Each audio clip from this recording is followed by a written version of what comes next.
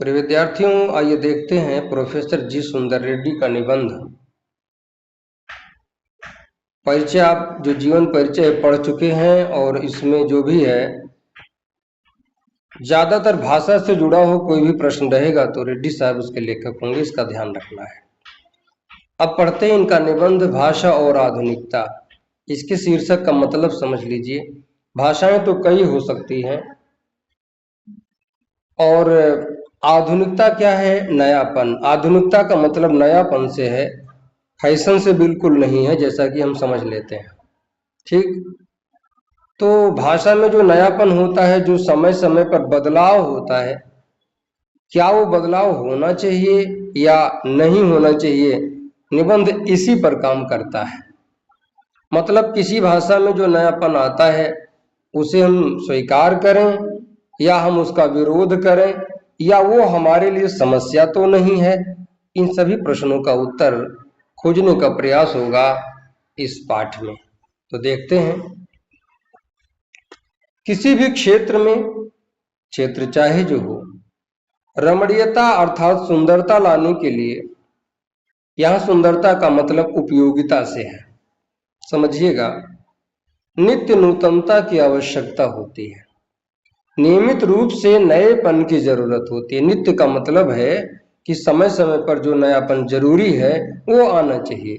उसे नित्य शब्द का मतलब होता है जो कभी खत्म ना हो, जो स्थायी होता है, जैसे ईश्वर नित्य है। लेकिन यहां नित्य का आशय क्या है कि नियमित रूप से समय समय पर समयानुसार। इसी को दृष्टि में रखकर, इसी बात को ध्यान में रख करके ही माघ ने, महाकवि माघ जिन्होंने शिशुपाल वध लिखा है जिसमें 20 सर्ग है और एक अच्छे काव्य की जितनी कसौटी है पूरी की पूरी वहां नजर आती है। और कितने बड़े विद्वान थे माघ, इस बात का पता तो इसी रूप में लगाया जा सकता है कि दो लोगों के बारे में कहावत संस्कृत में मिलती है, क्योंकि संस्कृत की बात चल रही है। शिशुपाल वधम संस्कृत में लिखा गया है, आगे की लाइन भी संस्कृत में ही है, इसलिए मैं वो बात जरूर बताऊंगा जो मतलब माघ को विद्वान प्रमाणित करती है, उनके दिमाग की विशेषता बताती है। लाइन है, वो पंक्ति है, मेघे माघे गतम वयः। मल्लिनाथ ने एक लाइन लिखा कि मेघदूत पढ़ने में और माघ का शिशुपाल वध पढ़ने में आदमी की उम्र खत्म हो जाती है, तब भी कोई न कोई कसर रह जाती है। पूरे तरीके से नहीं कह सकता कि हमने एकदम सब कुछ जान लिया है जो लिखा गया। तो ऐसे महान विद्वान ने रमणीयता की अर्थात सुंदरता की परिभाषा इस प्रकार दी है। क्या लिखा उन्होंने? तो ऊपर की लाइन जो आप पढ़ के निकले, अर्थ समझ में आना चाहिए। यही कहा गया कि भाई किसी भी क्षेत्र में सुंदरता लाने के लिए अर्थात उपयोगिता लाने के लिए, उपयोगी बनाने के लिए नियमित रूप से उसमें नएपन की जरूरत होती है।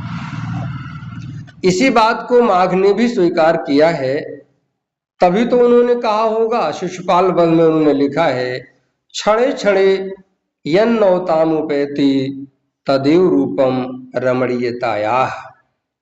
मतलब इसका ये हुआ, क्षणे क्षणे एक एक पल में यत जो नवताम नएपन को उपैति प्राप्त करता है, रमणीयता या सुंदरता का तद एव रूपम वही वास्तविक स्वरूप है। मतलब सौंदर्य की परिभाषा करते हुए उन्होंने लिखा था कि जो पल पल नएपन को स्वीकार करे अर्थात हर पल नया अनुभव प्रदान करे, उसे सौंदर्य कहते हैं। ध्यान दीजिए, वहां भी उपयोगिता से ही आशय था। अब उदाहरण में कह क्या रहा है, जैसे मान लीजिए किसी को कोई मतलब कोई नायक किसी नायिका को देखता है, जैसे उन्होंने लिखा है, तो वो एक बार देखता है तो, या नायिका ही देखती होगी नायक को, तो एक बार देखता है तो अगर उसके सौंदर्य सीमित होते, उसकी सुंदरता सीमित होती, नयापन ना दिखता, तो बार बार उसे देखने की जरूरत ना पड़ती। बार बार देखने का मतलब ये हुआ कि हर बार उसे नएपन का एहसास होता है। इसे ऐसे समझ सकते हैं, किसी फूल को हम एक बार सूंघते हैं, फिर उसको फेंकते नहीं, फिर सूंघते हैं, और जितनी बार सूंघते उतनी बार नया अनुभव होता है। तो इस बात को यहाँ ये समझना है कि जो रमणीयता है, जो नयापन है, वो हर पल नए रूप में अनुभव होना चाहिए, तभी उसको हम नयापन कह सकते हैं। भाषा की दृष्टि से क्या कहने का मतलब है, भाषा कोई भी हो, जितनी बार उसका इस्तेमाल करें उतनी बार उससे नई चीज का ज्ञान मिले, यही उसके सजीव होने का प्रमाण है। अब कुल मिलाकर ये कहा जा रहा है, अगर भाषा में आधुनिकता नहीं लाई गई, नयापन नहीं लाया गया, तो भाषा बनावटी हो जाएगी और धीरे धीरे वो मर जाएगी। इसलिए भाषा में आधुनिकता की जरूरत है। आगे बढ़ते हैं। रमणीयता और नित्य नूतनता, ये सूक्ति लाइन है, परीक्षा में पूछी जा सकती है। सुंदरता और नियमित नयापन अन्योन्य आश्रित है। अन्योन्य आश्रित है। अन्योन्य का मतलब है एक दूसरे पर, आश्रित है मतलब टिका हुआ है। ध्यान दीजिए, जहां सौंदर्य है वहां नयापन जरूर होगा, और जहां नयापन है वहां सौंदर्य जरूर होगा। अगर नयापन नहीं तो सौंदर्य नहीं, और सौंदर्य नहीं तो नयापन किसी काम का नहीं। ये मतलब समझिए, यह एक दूसरे पर टिके हुए हैं। क्या मतलब, इसको मैं ऐसे घुमा के बोल सकता हूं, यदि आपने समय को बनाया तो समय आपको बनाएगा, यदि आपने समय बिगाड़ा है तो आपको मिटा देगा, आपको बिगाड़ देगा। कुछ समझने, थोड़ा सा मैं आपके मोटिवेशन के नए शब्द भी बोल देता हूं। रमणीयता के अभाव में अगर नयापन नहीं है, अभाव माने ना होना, कमी, ठीक है। तो रमणीयता के अभाव में कोई भी चीज मान्य नहीं होती, समाज उसे स्वीकार नहीं करता। नित्य नूतनता किसी भी सर्जक की, सर्जक माने निर्माता, कोई भी चीज कोई बना रहा है, अगर उसमें नयापन नहीं है तो वो समाज उसे स्वीकार नहीं करेगा। अभी देखते हैं, एक उदाहरण भी लेंगे बाद में। तो नित्य नूतनता किसी भी सर्जक की मौलिक उपलब्धि की प्रामाणिकता, अर्थात प्रमाणित है, प्रामाणिक है, अर्थात उपयोगी है, निसंदेह हमारे फायदे का विषय है, इसको प्रमाणन कहते हैं। तो मौलिक उपलब्धि की प्रामाणिकता सूचित करती है, और उसकी अनुपस्थिति में, उसकी मतलब नएपन की अनुपस्थिति में कोई भी चीज वस्तुतः जनता व समाज के द्वारा स्वीकार नहीं की जाती। कोई चीज, कोई भी व्यक्ति, कोई भी निर्माता कोई नया आविष्कार करता है तो वो उसमें नयापन जरूर होगा, कुछ उसकी उपयोगिता अलग होगी। तमाम वस्तुएं हैं जो पहले दूसरे रूप में बनती थी, आज उसमें कुछ नई चीज जोड़ करके बनाया गया है, तो पुरानी चीजें मार्केट से गायब हो रही हैं, नया वाला बिक रहा है, क्योंकि हमारी उपयोगिता को ध्यान में रख करके बनाने वाले ने नयापन उसमें डाला है। आवश्यकता को महसूस किया गया तो समाज में टिका हुआ, समाज उसे स्वीकार कर रहा है। तो ध्यान दीजिए, ये जो नयापन है ये उसकी मौलिक प्रामाणिकता का सूचक है, और इसी के अभाव में वो समाज द्वारा स्वीकार नहीं हो सकता। आगे बढ़ते हैं। बहुत बड़ी बात कही जा रही है, सड़ी गली मान्यताओं से जकड़ा हुआ समाज। जिस समाज के लोग सड़ी गली मान्यता अर्थात रूढ़ियों में विश्वास करते हैं, चाहे उसका फायदा हो चाहे ना हो, कहेंगे नहीं ये ऐसे था, इसमें बदलाव नहीं होना चाहिए। तो जो ऐसी जिद वाले लोग हैं, जो ऐसे अंधविश्वासी और रूढ़िवादी हैं, ये समाज में कितना टिक ही पाते हैं। तो सड़ी गली मान्यताओं में जकड़ा हुआ जो समाज, अगर कोई समाज ऐसी सोच वाला है जैसे आगे नहीं बढ़ सकता, उसका विकास रुक जाता है, ठीक उसी प्रकार ध्यान दीजिए भाषा का भी स्वरूप है। वैसे ही पुरानी रीतियों और शैलियों की परंपरागत लीक पर अर्थात रास्ते पर चलने वाली भाषा भी जन चेतना को गति देने में प्रायः असमर्थ ही रह जाती है। आने वाले समाज में जन चेतना क्या है? समाज में लोगों को जागरूक करने के लिए भाषा में नएपन की जरूरत है। अगर सारी पुरानी शब्दावली ही प्रयोग करेंगे, नई बात बताने में हमारी भाषा असमर्थ है। आज की जो व्यवस्था है जिसे हम डिजिटल व्यवस्था कहते हैं, अगर पुरानी चीजों को लेकर के आए तो इसे हम समझा ही नहीं पाएंगे। तमाम ऐसी आवश्यकता है जिसके लिए शब्द ही नहीं है। तो इसलिए पुरानी मान्यताओं रूढ़ियों को वहीं तक स्वीकार करना चाहिए जहां तक उसकी जरूरत है।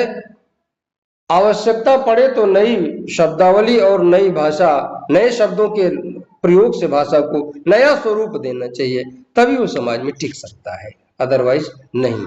आगे बढ़ते हैं। तो जैसे सड़ी गली मान्यताओं से जकड़ा हुआ समाज आगे नहीं बढ़ पाता, वैसे ही पुरानी रीतियों और शैलियों की परंपरागत लीक यानी रास्ते पर चलने वाली भाषा भी जन चेतना को गति देने में प्राय असमर्थ रह जाती है, अर्थात लोगों को समझाने में असमर्थ रह जाती है। मैं कुछ भाषाओं का जरूर उदाहरण दूंगा। मैं हूं संस्कृत का, मूलतः सच्चाई तो यह है। तो अगर मैं संस्कृत की बात करता हूं और उसका विरोध करूं तो कुछ पुराने पंडित जी लोग नाराज हो जाएंगे, क्योंकि एक बार राज्यपाल जी ने बोल दिया था, एक बार एक दीक्षांत समारोह में संपूर्णानंद विश्वविद्यालय में, कि कुछ आधुनिकता आनी चाहिए और बहुत पुरानी चीजें ही अब नहीं लागू हो सकती, इस भाषा को भी नयापन में लाना होगा।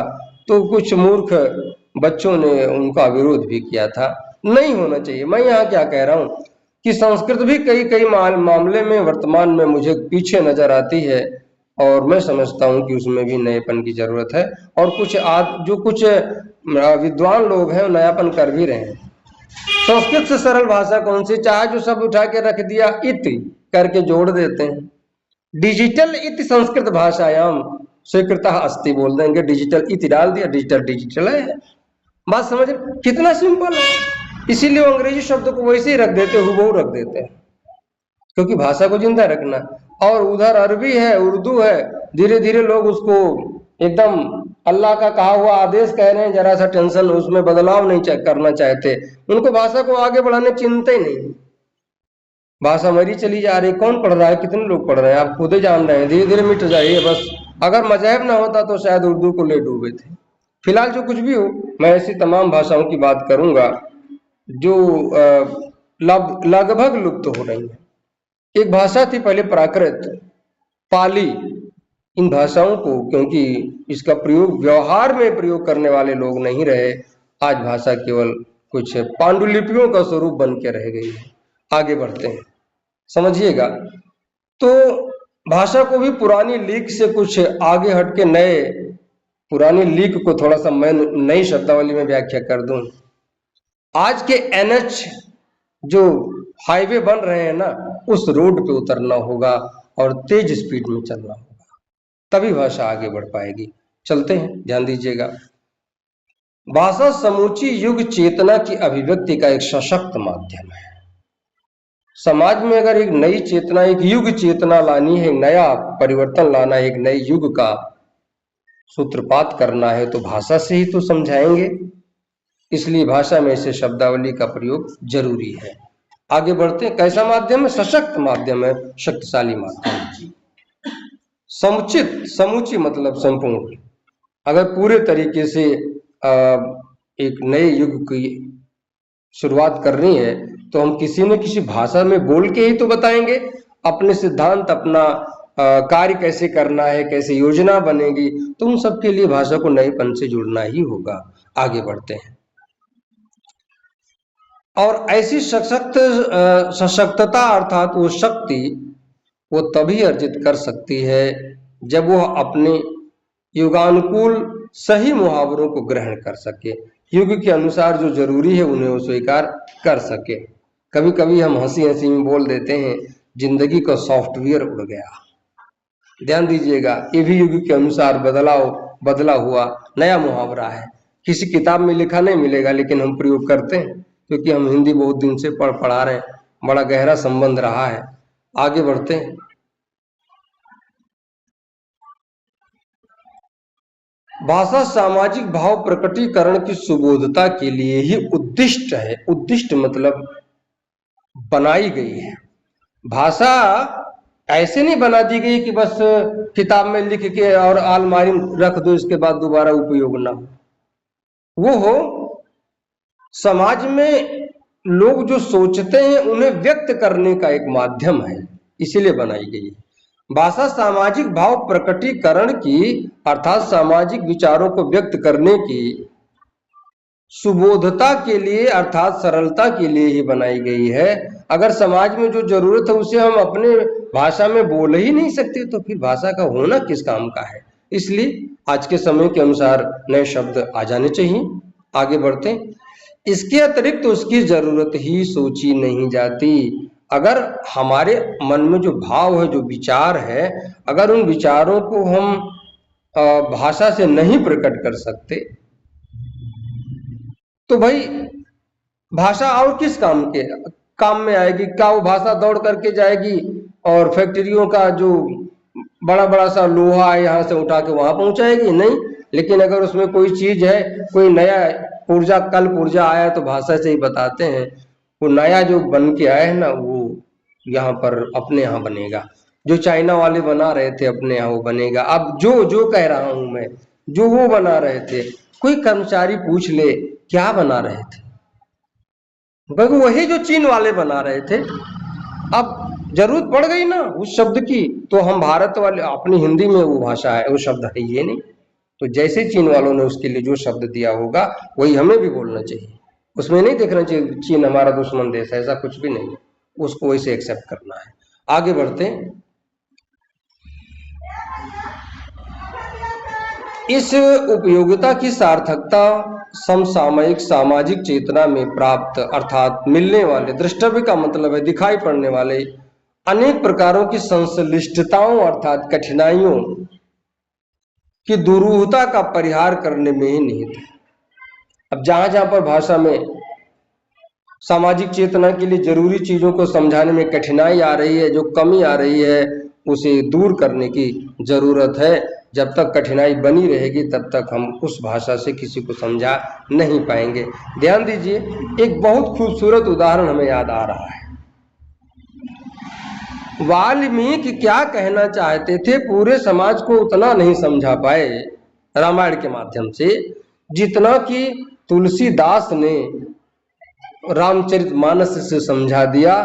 क्योंकि तुलसीदास ने उस भाषा को व्यवहार में लिया जिसे ढेर सारे लोग जानते थे, और आज का जो नया तुलसीदास निकलेगा वो मिसाइल का प्रयोग करेगा कि हाँ, रावण और राम में जब युद्ध हुआ था तो मिसाइल चली थी। ध्यान दीजिएगा, तो थोड़ा सा बनावटी भले ही हो जाए, लेकिन उसके लिए जब अंग्रेजी में व्याख्या होगी तो वहां पर हम आग्नेय अस्त्र ना कह करके हम आज के मिसाइल का एग्जाम्पल देंगे, बस तब बढ़िया समझा पाएंगे। आगे बढ़ते हैं। कभी कभी अन्य संस्कृतियों के प्रभाव से और अन्य जातियों के संसर्ग अर्थात संपर्क, दूसरी संस्कृति के लोग, दूसरे धर्म के मानने वाले लोग आते हैं और एक दूसरे से मिलते हैं, तो उनके मुलाकात से भाषा में नए शब्दों का प्रवेश होता है, नए शब्द आ जाते हैं। तमाम जो हम अगर मगर इत्यादि बोलते हैं और तमाम उर्दू शब्दावली जो हम लोग इस्तेमाल करते हैं, अंग्रेजी मिला के जो हम बोलते हैं, एक्चुअली इत्यादि हम जोड़ते हैं जब बोलते हैं, ये हमारे यहाँ का नहीं है। हम कहीं अंग्रेजों से ले लिए हैं, कहीं इस्लाम धर्म से लिए हैं, कहीं और लोगों से भी ले लिया है।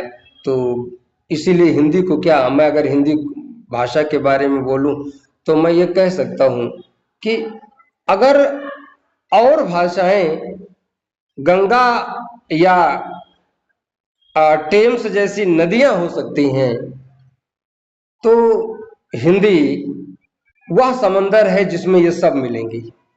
बात समझिएगा, क्योंकि सबको लेके चलती है हिंदी। कोई भाषा संसार की बाकी नहीं है जो हिंदी में अपना स्थान न बनाए।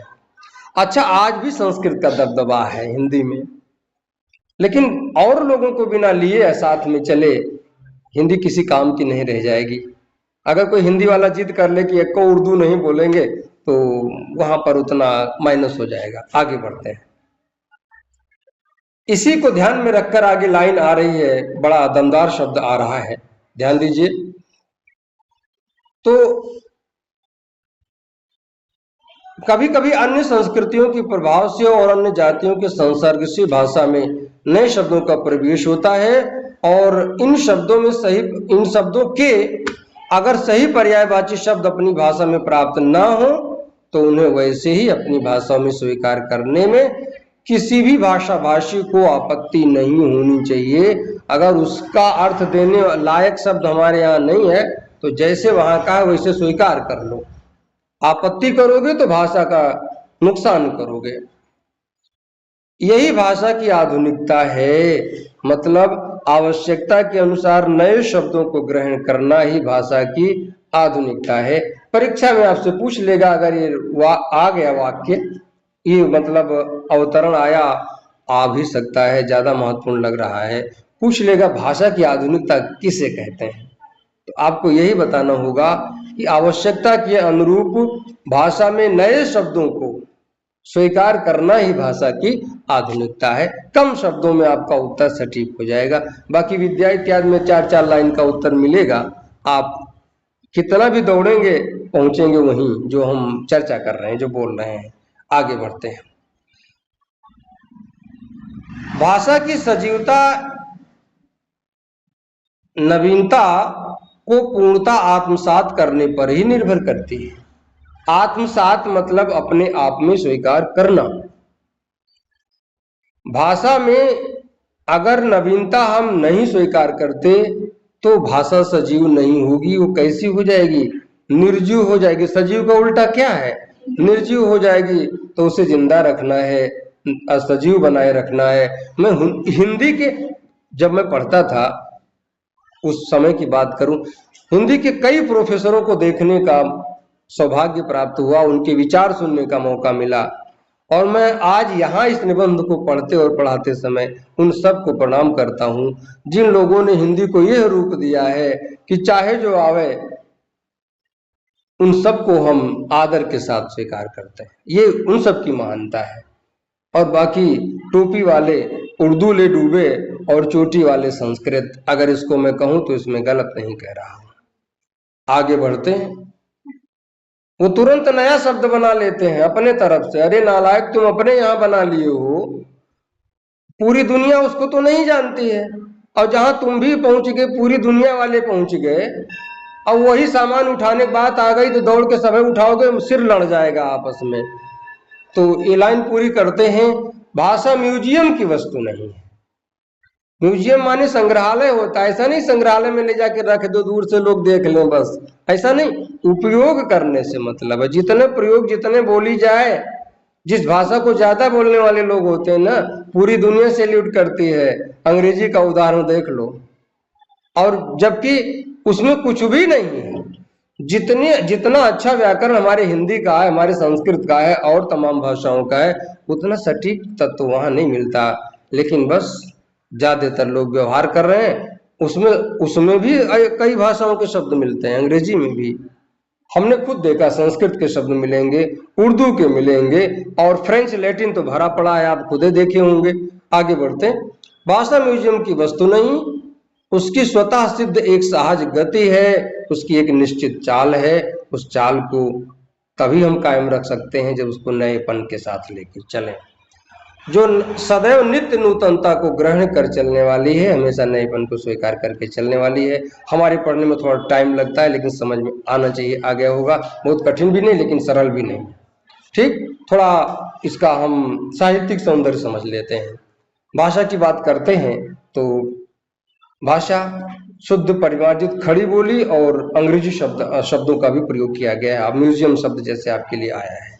ठीक, और शैली की बात करें तो विवेचनात्मक शैली है, बहुत बारीकी से विवेचना की गई है। उदाहरण की भी शैली है, छोटे मोटे उदाहरण भी आपको मिल जा रहे हैं। गवेषणात्मक शैली भी हम कह सकते हैं। और शब्द शक्ति की बात करें तो लक्षण और व्यंजना दोनों यहाँ पर नजर आती है। एक और चीज है कि आधुनिकता की बहुत सटीक परिभाषा की गई है। ठीक, बस तो आज यहीं तक। कोई और जिज्ञासा बनती है तो आप उसके बारे में कल भी पूछ सकते हैं, और जो वीडियो देखेंगे यूट्यूब पे अपलोड होगा उस पर भी कमेंट कर सकते हैं। इतना तो कह सकते हैं कि ठीक है, गलत है। कई कई वीडियो चले जाते हैं, एक भी कमेंट नहीं जाता, केवल सचिन जी का कमेंट जाता है। भैया आपके पास मोबाइल नहीं क्या? नाम भूल रहे हैं। चंदन, क्या नाम था आपका? क्या नाम था? कीरत नहीं भाई, अपना से, हाँ हाँ अपना, गणेश मौर्य जी। तो कम से कम इतना तो कह ही सकते हो कि नहीं ये यहाँ पर, या वैसे बढ़िया वीडियो हम फला विद्यालय से हैं, बात समझ रहे हैं। इसीलिए हम काफी दिन हुआ वीडियो ही नहीं बनाया। चलिए, तो ये भी रिकॉर्ड हो रहा है आज यहीं तक।